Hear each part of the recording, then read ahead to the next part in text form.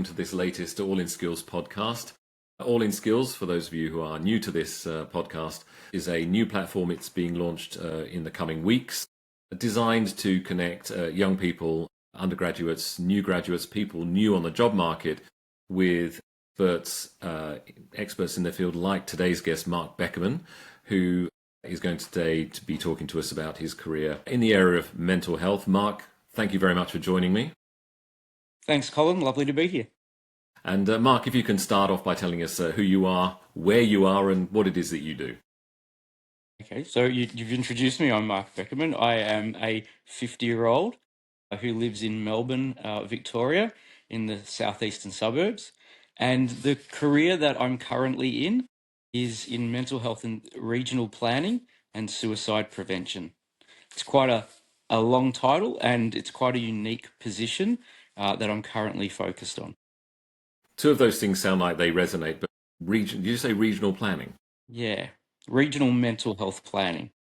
Okay, so how did you end up getting into this area? What's your background?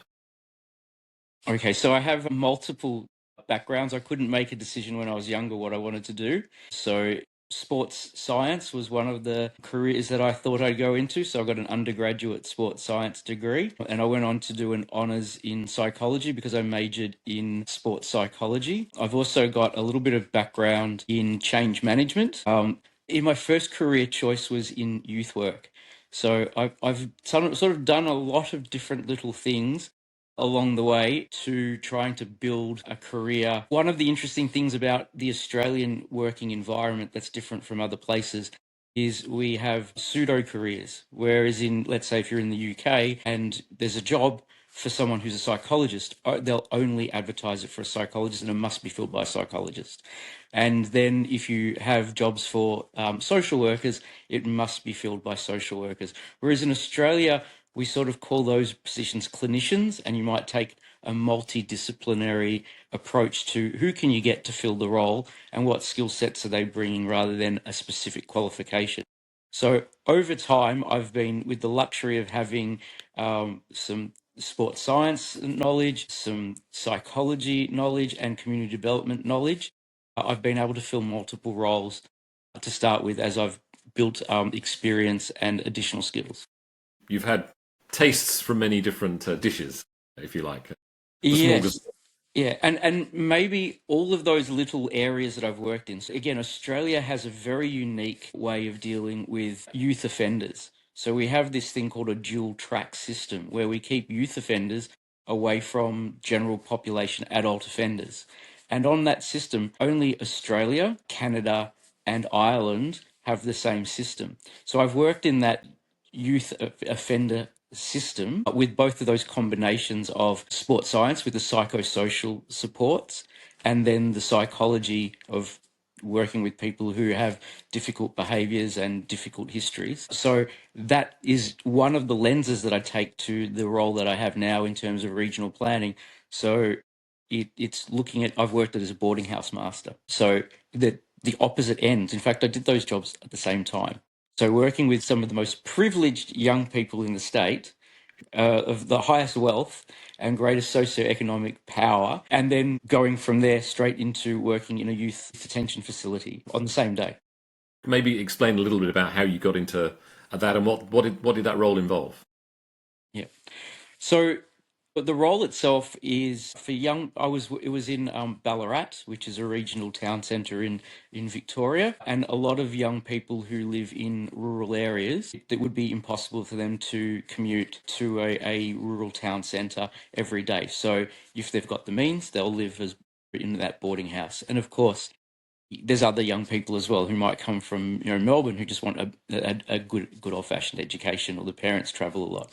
So that's probably one of the reasons why, if it's not a common phenomena anymore, there's still a role for it to be played in Australia, which is such a huge geographical area. The role itself was every night there would be a rolling sort of crew who would be taking care of the young people. So in that boarding house, there are somewhere between 55 and 60 young people who were living there, ages from 11 to 17. And so you'd probably do a 2 or 3 shifts a week where you'd sleep over in the boarding house and been taking care of all the young people. You'd have dinner with them. So they would have general activities after school, and then you would be responsible for their well-being. And there'd be time frames about what age they are, what time they should be lights out. The role encompasses a little bit of parenting, a little bit of mentoring, a little bit of policing. In fact, quite a lot of policing. It also helps to have a great sense of humor about what you're likely to see when, for anyone who's got children of their own, one or two kids can be a handful. 55 of them can be loose cannons. So, and the reason I got that role is I was studying in Ballarat. I was doing my honours degree, and I needed somewhere to live, and they put you up in a house. So the nights that you're not actually responsible for the boarding house, and the you do one weekend, I think every third weekend. So the rest of the time they give you a place to live. And that appealed to me, being a poor student, still at university, even though I was mature age. And as I mentioned before, I already have experience from working with young people, population of young people in a facility, albeit a detention facility. So I sort of had the skill sets that they were looking for. Is it the case that you actually do have boarding schools which in the state system in Australia, or is it all entirely taken up by the private sector, private schools, independent schools? Yeah. So in Australia, we have public sector, we have Catholic education, and then we have independent, which is everything that's not Catholic denominated. So it could be any other. As far as I'm aware, there's nothing in the state system that does boarding. Now that doesn't that could be for Victoria only. So I'm not sure what they do, in the Northern Territory. Each state, whilst the funding comes from the Commonwealth, each state delivers their own system. So in Victoria, the only boarding house schools that I know of are ones that are they're mostly regional, and they're usually Catholic or independent. I think Prince Charles went to a boarding school in Victoria, didn't he? I believe he did. Yes. In fact, I'm pretty sure I drove past it on a wine tour in March. Now King Charles, but that back then before his promotion. Okay, so that's quite interesting. You contrasted that with your work with detainees. Was that prior to the boarding house, or? Okay, so I started the role working in the juvenile justice facility, which works with 16 to 21-year-old offenders, prior to starting the role with the boarding house, but they did have a period of overlap. There would one day I'd be working until, for after hours, it'd be 6 till 10, running programs for the youth offenders. And there would be psychosocial programs. So it's using sport and recreation. Again, that mixture of skill sets I had from a human movement sports science degree, mixed with the mental health and behavior management, behavior change programming that you get from that psychosocial background. And so I'd usually do that from around 6 till 10, three or four times a week. And then that would be one night. And then the next night I'd be in the boarding house with some of the students. So what I can tell you is the behaviors were not very different at all. And in fact, it was probably sometimes whether or not you had someone to bail you out, that meant the difference between which place Mark was talking to you on at 10 p.m. evening. Interesting. Okay, so after this time, you finished your time in Ballarat, and then where did that take you? Which of these multiple roles did you assume next? Yeah, so interestingly enough, youth work was where I found myself in my next role. I found a position. Most youth services that are delivered in Australia are delivered by local governments.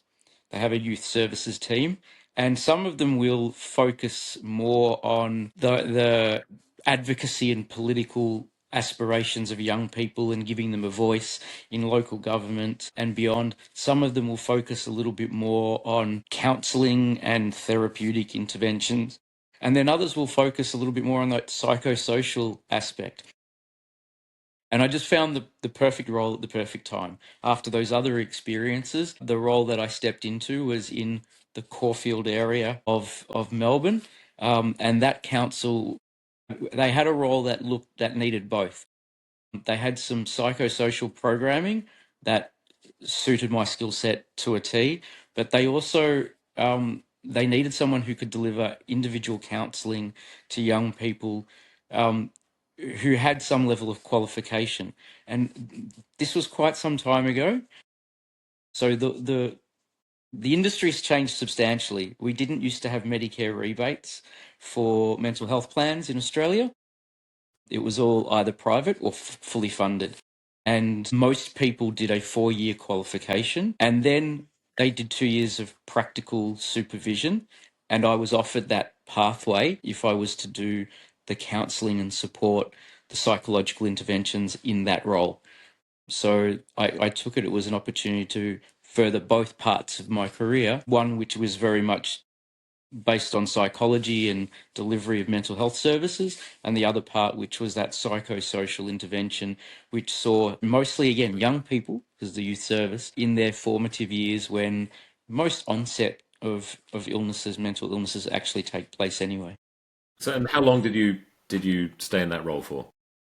I stayed in that role for 2 years before I got itchy feet, and I was recruited by an Irish prison for young people. As I said, that dual track system exists in 3 places in the world. That one of them's Canada, one of them's Ireland, and one of them's in Australia. And interestingly enough, at that time, which was more than 20 years ago, Ireland had an explosion of youth population. So in any population around the world, but we know that there's people of all ages. Most countries, people live to somewhere around 80 years old, and there's a pretty good balance between each 10-year gap. In Ireland, for whatever reason, they had a very, very young population, and it wasn't that they had a crime problem, it was this that they had a population problem.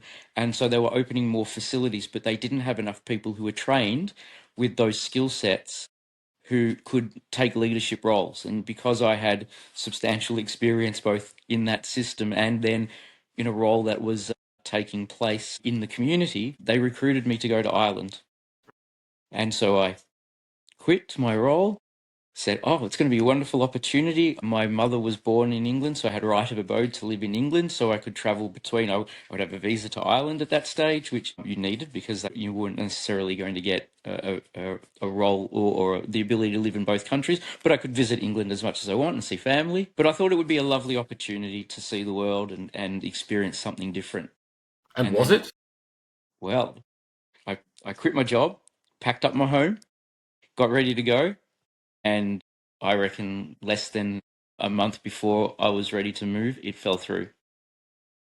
Even though I had a contract, it fell through. So I continued to work for a very short time in the role that I had resigned from. They were very happy to keep me. It's much easier than recruiting. So I continued to stay there until I'd saved up enough and I decided I would do an around the world trip.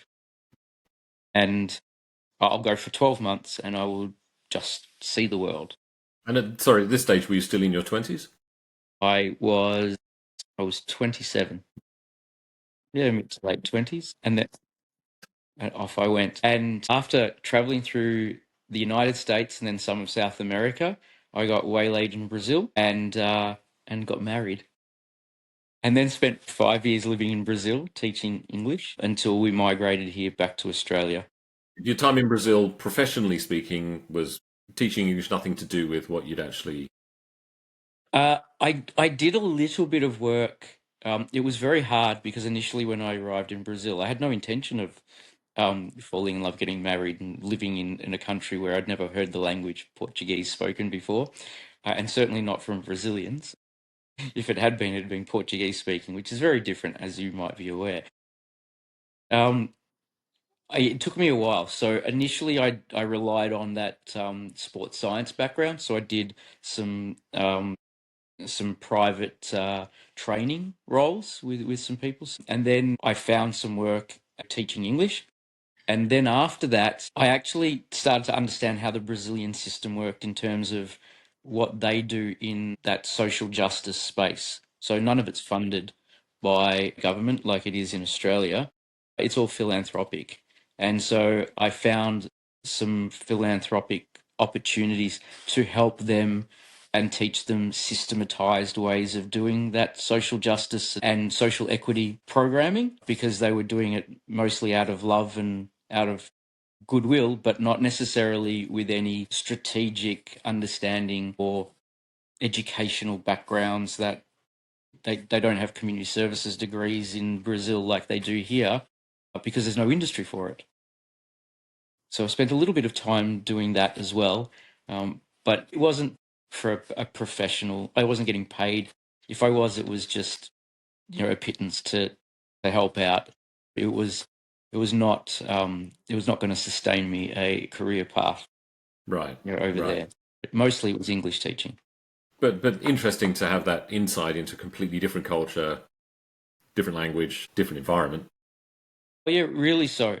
It was one of the things that was a nugget of gold later in my career, when I got back to Australia. That one of my I had a really couple of really good mentors that sometimes they didn't know they were mentors. They made such good decisions. So I had this one guy who, when he made a great decision, it was brilliant. And when he made a bad decision, it was absolutely horrific. It was like he was swinging from the trees, to get the big win. And one of the things he said to me is, I once came up to him and said, look, I want some additional funding to run this program. And he said, I've got it, but I'm not going to give it to you. And I was horrified. I thought he was being really mean. He wanted me to fail. And he said, I'll tell you why, because if I give you this and you get the resource, the staff that you supervise will get lazy, and they won't use their innovation to think about how they can do this more effectively. They'll just rely on the resource that I give you. And it was a great lesson, because he was 100% right. And that's the biggest thing I learned when I was working in Brazil, in that, with those philanthropic social justice programs, particularly ones where they would, like, there was one I recall that had an entire sort of compound. And it's hard, if you come from Australia, to understand. It's like a giant gated place, that community that has buildings everywhere, but they've got zero level of infrastructure and no funds to do anything. They don't have all the resources that we have. But the thing that was amazing is the ingenuity, the innovation, the ways that people would come up with ideas to teach activities. The thing that was missing for them is that strategic alignment between what they're trying to achieve as an outcome, and then the activity that they're doing, and ensuring that it stayed on track, and measuring the benefits that they're getting, so they know that they're doing really well. Now, that's something that may not necessarily be a need in a place like that, because they might feel it and that's enough. But if they were going to look for funding, then that's something that they would need really to rely on, is evidence that they're doing well. And that's something that is really interesting, that stayed with me, because now the role I have is all about ensuring we've got evidence that things are effective. Do you think that they had the means, the tools, the experience, the knowledge to do that sort of measurement, or it was simply something that passed them by completely? Yeah, it's both. First of all, it wouldn't have even occurred to them. That's what you need to do. So that's that cultural divide, that people from South America, those Latin communities, it's more about feeling than thinking. It's more about connection and hearing. It's the qualitative, listening to someone and hearing what they're saying and their voice. And Western countries want quantitative data. Show me a report that stipulates what percentage change someone got comparatively to if they hadn't have done this program. And so it first of all, it was just not within their normal thinking. But secondly, even if it was, they wouldn't have had the resources, the tools, and the educational design elements to implement something that would have stood the rigor of, a bit of interrogation. So even if they wrote a report, it'd be picked apart quite quickly, because it missed some of the more rigorous components. And I think that it's the combination of those two things, where a little bit of Western ideology coming in and supporting helps for the funding part, but that connection that that people in Brazil have with each other and with other people, that's what drove its success. So after Brazil, Back time to moved Australia. on to So I moved Australia. on back to Australia, and sliding back into a role that I'd had, a very similar role to previously. So I worked for the department.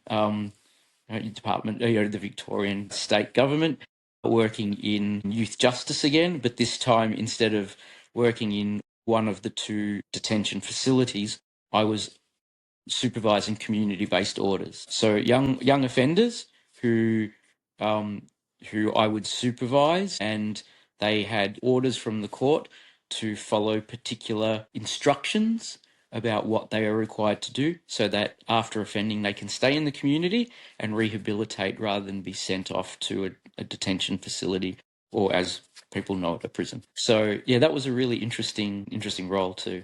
How do you measure outcomes in a role like that? Is it like recidivism, or what's the? Yeah.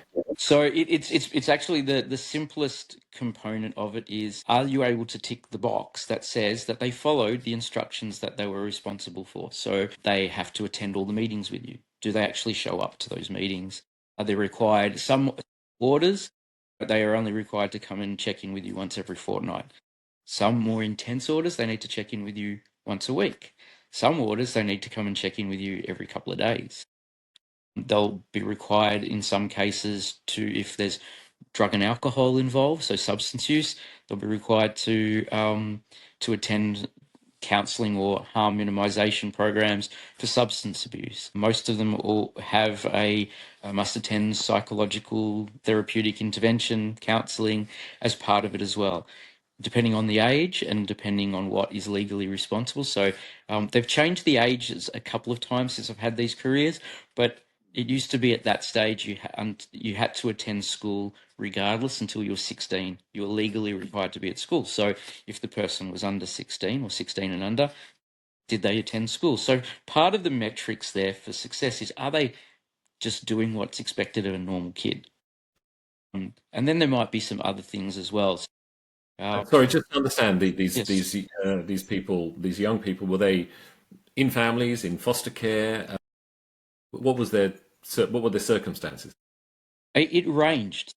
There were some young people who were in out of home care, so they weren't with their parents anymore, not full time. Sometimes they would see their family. Sometimes they wouldn't have any connection with their family. Sometimes they were living with their family, but it was a split family. And sometimes they had a regular, everyday, both parents, brothers and sisters. They just had committed offences.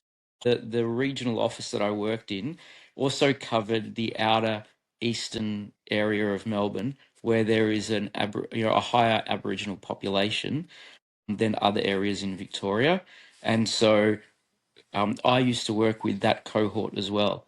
And so there's a completely different way of working with the native Australian community and what the needs are there, and family systems there look completely different because it's a collective culture. So the person I might be speaking to might be known as auntie, but might not be related legally, custodian, in any custodian way, to the young person. So yeah, it ranged completely. I stayed there for a couple of years. I had some pretty good wins in terms of successes, getting some young people through who, I mean, I think there's a realism when you work in that there's a percentage of young people you'll be able to help, and they may be small. And then there's a percentage that will skate through and do the right thing. We don't know where they'll end up, but they'll just skate through and do the bare minimum, but they get through and they're not problematic. There's others who are highly problematic, and there's others who you just know, doesn't matter what you try and what approach you take and how genuine and sincere you are in the care for them, that they're going to end up in an adult system anyway. So there's always those percentages. And I had some pretty good successes there, and I would have liked to stayed on, but it's always contract work when you work for the state government in those settings, and I was not going to be able to buy a home. No one would give someone who's on contracts, short-term contracts, even if they kept getting renewed 1,000 times over. There's no guarantee, so you couldn't get a home loan. So I had to find another role. How much do you think there's an element of idealism when you take on a role like that, working with young offenders, for example, and how much is it? This is something handy. I'm doing this because I could be doing something else instead. Oh no, there's none of that. Okay, so let me take you through a typical first 30 minutes or first hour of a day doing that job. So you've got a list, and the list of people who you are supporting and who you are responsible for um, is quite large.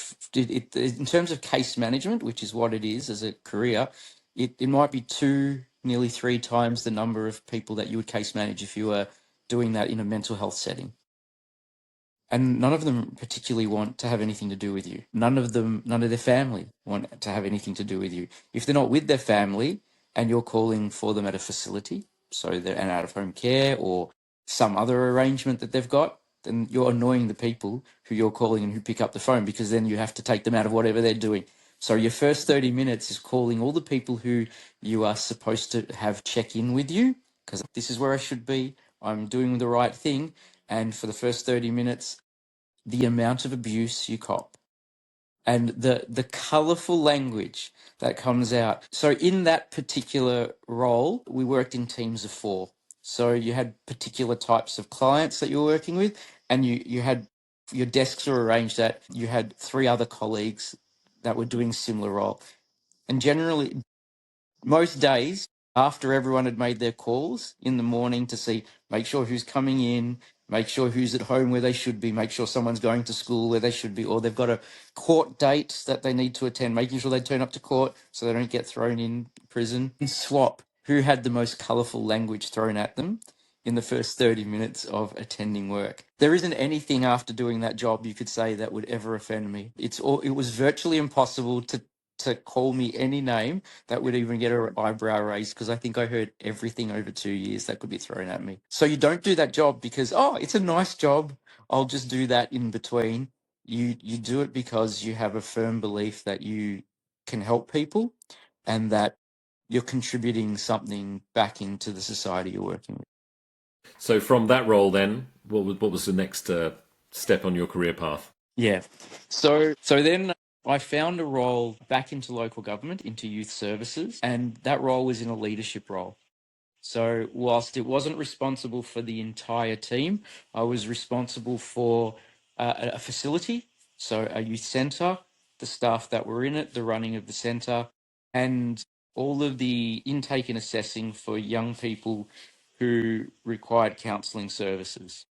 So again, pretty similar in the alley that I had, but I also knew from at that point, I'm now in my early 30s, and I've got some experience that I can share, and I can mentor and support staff who were where I was 10 years beforehand into that field. So taking on that leadership role. So the mental health component is the service is doing the intake and assessing for mental health, for counseling, psychological intervention. So we at that particular role, there was a psychologist who was employed, and that psychologist was doing that 4+2 program I had mentioned earlier, where they were a probationary psychologist, so they need to develop a number of hours where they're supervised, and so they're more affordable.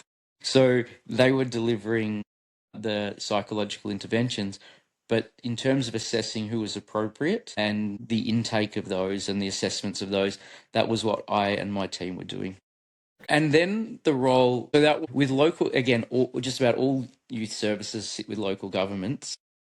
And local government, we know, it's a form of government. So it's cyclical, like any other form of government. And there's changes over time. So I just happened to be in that couple of year period that I was there. There was a change in how they were operating and the model that they were thinking about, and there was a changeover in staff. And I took on for a period of time a bigger role where I was responsible for what I was already doing, but I was also then responsible for some community development and community building activities as well. So that was probably my first foray into really community development programming, whereas everything before was more on that therapeutic, individual, psychosocial, or individual counselling, like I had done in my first stint when I was in the Caulfield area. And so then after that, do you stay local government? Did you do something quite different? I did. It was really interesting. So I went to a state forum for a funded, commissioned program that had been going for nearly a couple of decades. And every local government was funded to be able to deliver this. And it was the first time it was actually going to be closed down after nearly 2 decades of, again, every 2 to 3 years, there's a new government that comes in, whether it's state or federal, funding starts to look different. There's always thoughts that it's not going to be refunded, and everyone gets nervous. What are they going to do? Who's going to have a job? And it always works out. And I went to this state forum, and I didn't know anyone. So I happened to sit down next to someone, and they were the director of the next council along, and they had been having trouble finding someone to run a particular program in their youth team. And we got talking, and she said, "Are you interested in moving at all?" I said, "Well, it depends what the role is." And she told me what the role is, and it was to be the program manager. Or see, the thing is that it doesn't matter what sector you're in, the titles always change. Effectively, it was a program manager of a mental health program specifically for young people, but it was a team leader role because at council, that's the banding that they have. And she told me about it, and I said, "That sounds interesting. I would be interested in applying." And I thought I would never hear from her again. And then the person responsible for the youth department called me up literally 2 days later, and it was a very unusual conversation. "Hey, my boss said they bumped into you, and we're looking for someone. Do you want to come and interview?" Sure. And so I wasn't necessarily, again, looking, but my nature of being happy to have a conversation with people to learn. I'm always, even now, I'm so curious about everything all of the time. So my curiosity of asking what's happening for somebody else, using the 2 ears and only the one mouth, 50% of the time talking, but more time listening, meant that I found myself in another opportunity again. So I took on this role with this service that was performing really poorly, and it wasn't very well systematized. It didn't understand what its intent was. They just knew that it was delivering sort of therapeutic interventions for young people. And I reworked the entire program so that it started to use what was current best practice. And at that time, there was this idea in counseling called single session therapy. And an explanation of that is really simple. The average number of sessions you get when you go with your Medicare card and you go to see a psychologist that the doctor gives you a referral for is 6 sessions. And the reason for that is the most common therapeutic intervention, CBT, cognitive behavioral therapy, roughly takes about 6 sessions to get through. And most people have some level of anxiety and depression. That's the most common combination or individual issues that people go and see support for. And CBT is the primary mode of therapeutic intervention for that. And the way that works is it's sort of it's cumulative learning effectively, which Australia loves to do. America loves the gap fill approach to education, which is, I'll tell you a piece of information over here, and then I won't tell you what happens next. I'll tell you what happens way over here. And you'll go, "So what happened in the middle?" And that'll pique your curiosity. You go, "That's the gap that we'll fill with the information." So it's piquing curiosity. We have a different way of approaching things. All our education system is based on cumulative knowledge. I'll tell you a bit here, then I'll tell you a little bit more here, and then I'll tell you a little bit more here. And then gradually over time, you'll accumulate the knowledge you require. And that's what counselling, particularly those CBT 6 sessions, are like. Problem is that until you get to the end, maybe you're not developing what you need, and you might not come back. And there was lots of evidence to say that most people only go to counselling 1.4 times. Like, they don't even make 2 sessions. The average number of counselling sessions attended across the board was 1.4 at that time, which was, again, a couple of decades ago. And so this idea of a single session therapy, which is you get something uniquely important to you out of every single session. You take something valuable away each time. Now, maybe it'll work cumulatively, maybe it won't. But what we know is you need something right now, because the chances are if you don't get it, you're not going to come back again because you're only going to get 1.4. So we created a model based on that newer way of approaching things, and suddenly we're able to see exponentially, like 200% more people in the first. It also was really effective, and it got quite popular in terms of the demand increased substantially.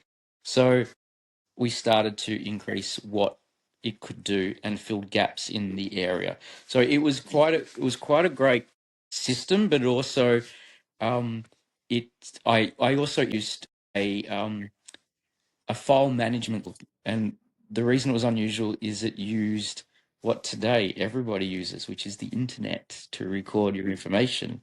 So it was the first time that any council had used a data management system that was cloud technology. And I remember trying to convince a local government group of directors that this was a good idea, which, again, nobody knew anything about it.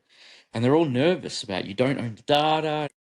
I have to convince them that we need this system because we worked in multiple settings. We had 3 different youth centres.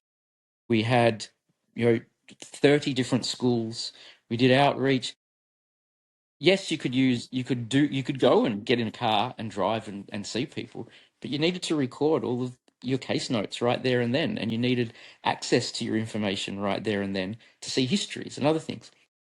So it needed cloud technology, and no one understood it. So what I did is those giant checks you get, the fake checks if you win a tournament.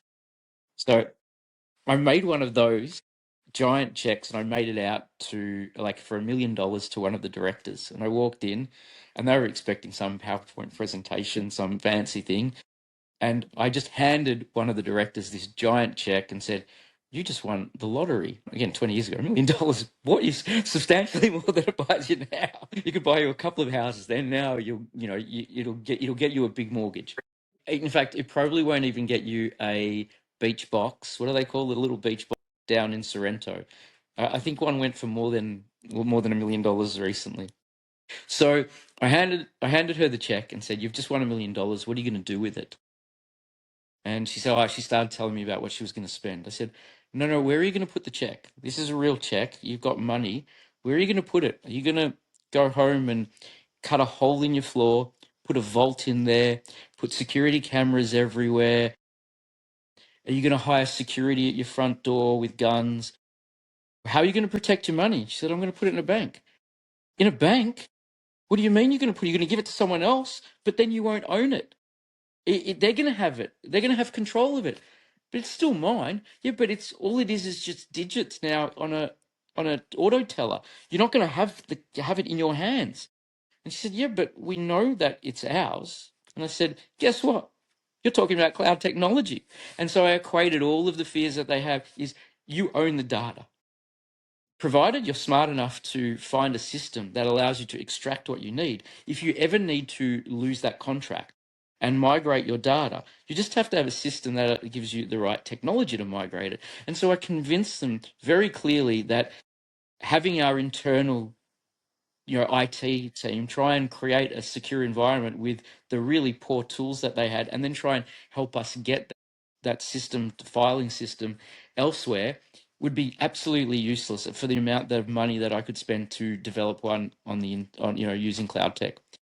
And they bought it. And what we did is we designed a system with a provider that allowed me to do everything in an automated way. So everything was radio buttons. It wasn't free text. Forced choices, and then all the data was captured. And I set up reports that I'd press a button for the time frame, this month, last year, and it would tell me every single piece of data about how the staff operated, what they were doing well, what they needed to improve on, how many minutes were spent between appointments, how many minutes were in appointments. And part of it was a change management part where I needed the staff to understand it's not there to catch them out. They do great work. But unless I've got data to demonstrate how effective they are, I can't tell the story to anyone. And once they understood that it was used to demonstrate how great it was, and I had the trust of the team. If you do something well, but you don't document it and document it in a way that people can interrogate it and it holds up to the interrogation, it's worthless because there's only so many resources and we're all fighting for resources to do the work we need to do. And so that was probably a really great lesson that I learned doing that. And And it was in that role where I first got into suicide prevention. I'm glad that you raised the suicide prevention because this is a role that you currently Yes, fill. So perhaps you can tell us how you made that transition from presenting massive checks to people to convince them to use cloud technology and into suicide prevention. sure. So the area I worked in the outer southeast of Melbourne, now, even today, which is 15 years later, had the highest number of youth suicides, where there was what we call a contagion effect. So we call that a cluster. So that's where there's a connection between the young people. It's not necessarily causal. So we're not talking about where young people agree to take their lives at the same time, but where young people at different times are known to each other, and for whatever reasons, and they might vary, they're connected, but those deaths are connected to each other for one reason or another. And so in that region, it was because I had that great data system that my staff and I started to hear in some of the counselling sessions and some of the calls from schools that there seemed to be some distress amongst young people for suicide. And not their own suicidal ideation, because we were quite used to that. That comes with the territory when you work with young people. But what we were hearing is that there were already deaths by suicide, and the stories we were hearing were, they sounded really similar, but then slightly different. And so what we wanted to do is clarify: is this one person who took their life, but it's that Chinese whisper.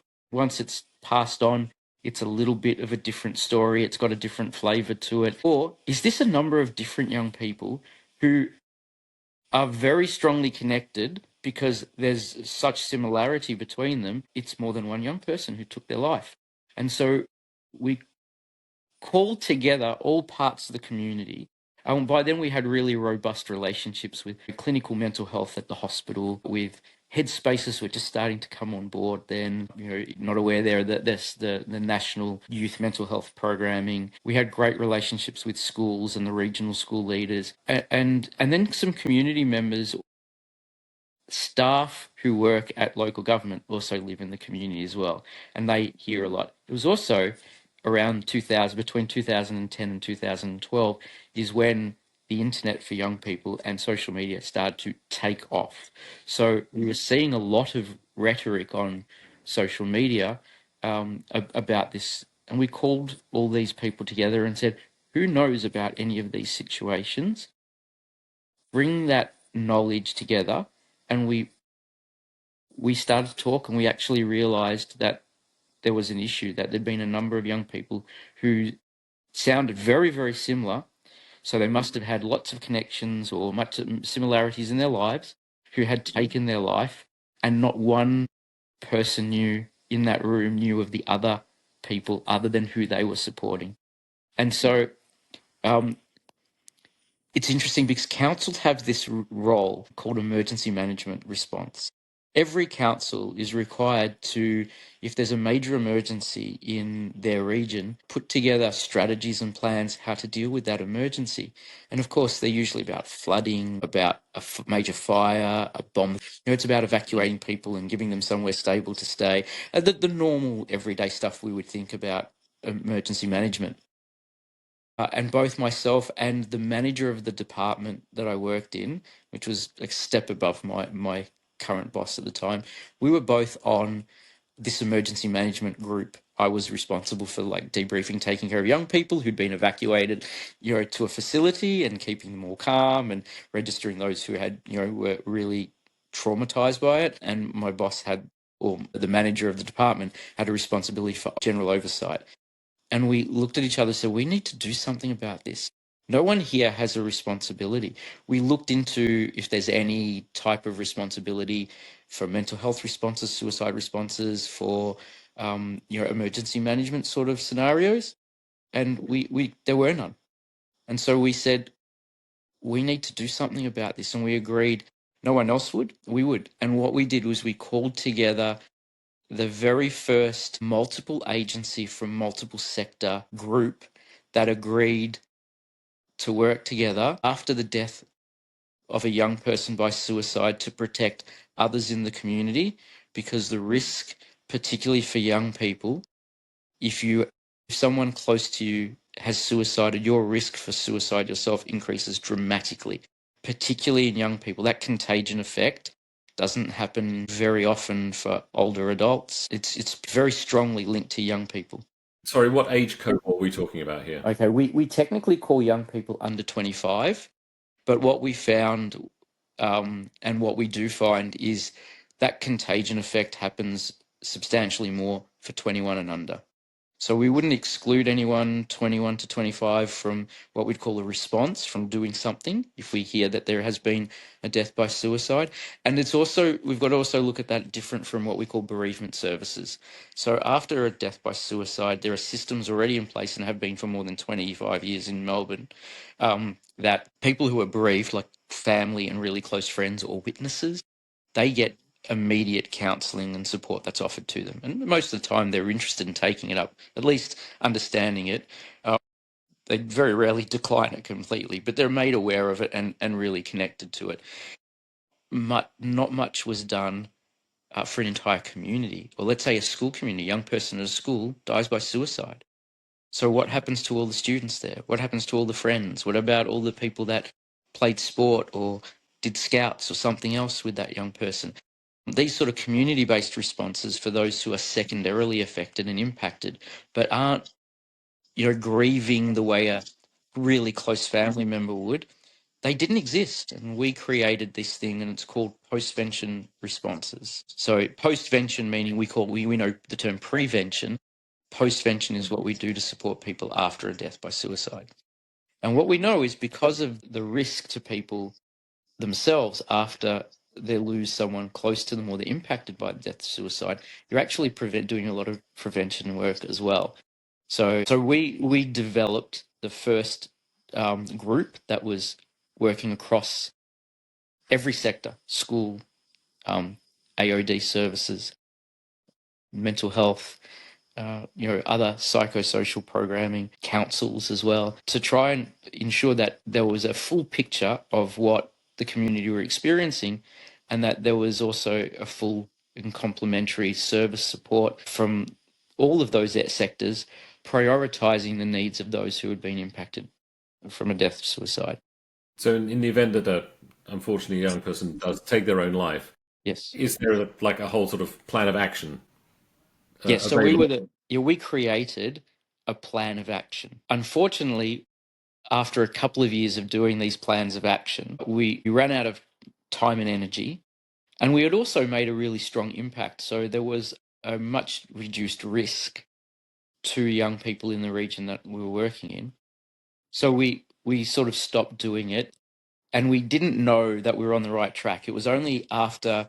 So one of the things that's really i- is an interesting thing. When someone dies by suicide, the coroner's court has to make a determination of cause of death, and it can take them quite a lot of time to determine what that cause of death is. So a single suicide can take 12 months or longer. They interview family, the police do a lot of work in the background to understand motivation, what were the other factors. But if you're talking about where we think there's contagion and cluster, then you've got to incorporate what's happened for other people that is either more current or in the past. And so it can take 18 months or more to get that sort of determination back. So we supported the coroner's court by putting together a lot of reports about the work that we were doing, and we did a lot of interviews with them about what we were seeing. And it wasn't until after we had stopped doing it that the coroner's report came back out about the type of work we were doing and whether it was good, bad, or indifferent. And that coroner's findings was that what we were doing was sort of groundbreaking. It was really, really important. And there were certain things that they would like to see systematized in it. So it was working across other places. So then another region that was close to us, in fact, back to where I'd just come from previously, my previous role, they were experiencing suicides as well. And so we went, and I wouldn't call us experts, just look, we've just experienced it, we'll share our knowledge with you. And they wrote up what is called a protocol document based on what our work was. And those protocol documents now are pretty much standard, and we call them in Victoria a postvention protocol group. But the key things in there is that they're going towards a protocol. So as you said, it's a systematized way with a plan of action, with agreed framework that everybody works from. So I was responsible for sort of creating that environment, and then a couple of years later, still in the same role, the government started to fund these things, and so someone was funded in our region from a different part of the sector. So in what we call a primary care setting. So across Australia, we have these Commonwealth funded services called primary health networks. And those primary health networks, what they do is they work with GPs and other primary care professionals to work on some of the really big ticket items that are health issues. So diabetes and other things. And the primary health networks as well, they work on filling gaps between what the Commonwealth Fund and what the state do, and working with priority populations and those who are most in need to ensure there's equity in the system. And so the primary health network were fairly new in just being established at that time, and they were being trialled for these postvention groups. And the person who was working in the area sought me out because I'd done it previously.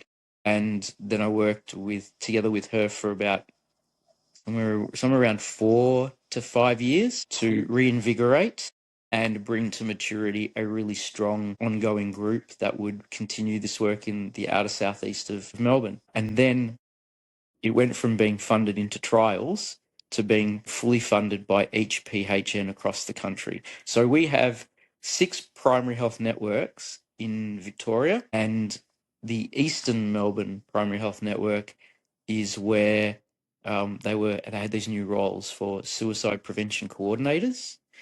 The both of us looked at these roles, and someone who knew that we were doing that work said, "We've got the perfect role for you." Again, it's that situation where you're open, not necessarily looking, but you're open to asking questions and what would that look like and how would you like me to do it and what's it going to be. And so about 2.5 years ago, I moved to the PHN in the eastern region of Melbourne. We're responsible for 12 regional mental health planning and suicide prevention for about a quarter of Victoria's population, about 1.65 million people, and 12 municipalities. And that's the role I've been doing for 2.5 years. We receive really large chunks of funding from the Commonwealth Government. And then with those, we have to see what the gaps are, see where they need support, and fill those gaps with services, and then commission services, design what the service should look like or the activity should look like, and then commission those out to agencies that everybody knows the brand names of, like Headspaces and other things. And the services, the community services that you know that are in your area. But largely nobody ever knows who we are because we don't deliver services directly. There's a lot of really interesting competing needs behind it. It can be really challenging. It's very fast paced. It requires a lot of agility, and it's always changing because it's always based on government funding and policy. So we just had an election recently, and a federal election, and then whatever the budgets permit and whatever the funding will be will change what we can do. Hopefully not in a drastic way, and hopefully in a positive way, but there's always those changes and you have to be prepared for them. And so you have to think about sustainability. So one of the things that I like to think about in terms of where I've been and what I've been doing was when I worked in that Caulfield area, sort of like middle east, southeastern suburbs, I was really working a lot of one-to-one. Then I moved to sort of the Mornington, not necessarily all the way down the peninsula, but towards the Bay area of Melbourne, further out in an area that had a really low socioeconomic environment and really lots of kids doing it tough. And then I was sort of building teams.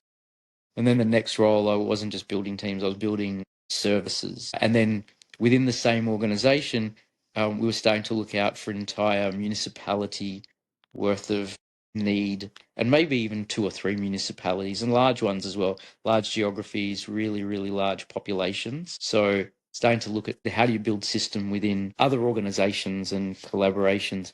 And then now I've moved to working for an entire sort of region, a quarter of Victoria's population, and looking at how do you systematize things? How do you have service design, system design, and how do you have different systems really have mechanisms that integrate better and work across them? So I'm sure that the next iteration of what I do will be, what's the next challenge? How can I contribute to a better world and helping those who? It's really interesting because one of the things you asked me is that first job working for, youth justice. Is it something you just do gut filling, or do you have a real passion for it? There's this idea of hope that in every service or every role that I've ever had, I've thought about, and that is the idea that no matter what's happening for someone, there's hope that things will get better and improve. And so whether it's doing it individually and that individual will be able to get better, whether it's a family, whether it's a system. So now I'm in, the role of hope that the whole service system will be effective in serving people. And I think overall, that I've kept the inquisition, like I love learning. I might be doing something that's not suicide prevention and mental health, next year. It may be that I'm working a little bit more in data. There's a potential that I'll be doing more algorithmic data surveillance and data engineering. Who knows? But I think the important part is that you're always open to learning new skill sets and the opportunities that are there, having that inquiring mind, no matter, so some people, they go, all right, I'm going to train, I'm going to be an accountant, and I'm getting numbers every day for the rest of my life and sit in front of a computer. And that's what makes sense to me. And so it's important, I think, that your job makes sense to you. I get up every day and a lot of people go, how do you do it? Like being surrounded by all the things that you have to think about. It makes sense to me to do it. So as long as you continue that sense of inquiry, I think that's really important for a career. Mark, you've been extremely generous with your time, and I really appreciate all you've told. And thank you very much. It was a pleasure, Colin.